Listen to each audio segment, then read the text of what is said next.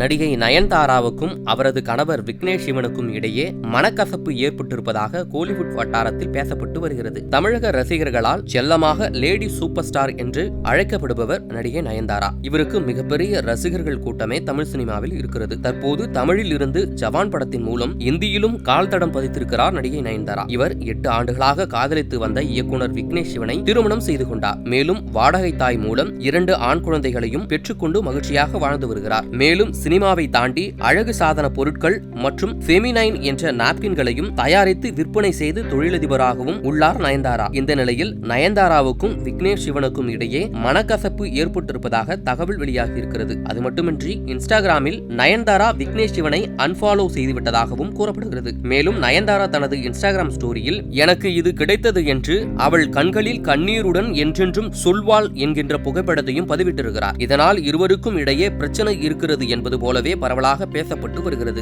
மேலும் இது பற்றிய செய்திகளுக்கு விரைவில் நடிகை நயன்தாரா மற்றும் இயக்குனர் விக்னேஷ் சிவன் முற்றுப்புள்ளி வைப்பார்கள் என ரசிகர்கள் ஆவலுடன் காத்திருக்கின்றனர். செய்திகளை உள்ளது உள்ளபடி தெரிந்து கொள்ள ரெஃப்ளெக்ட் நியூஸை சப்ஸ்கிரைப் பண்ணுங்க.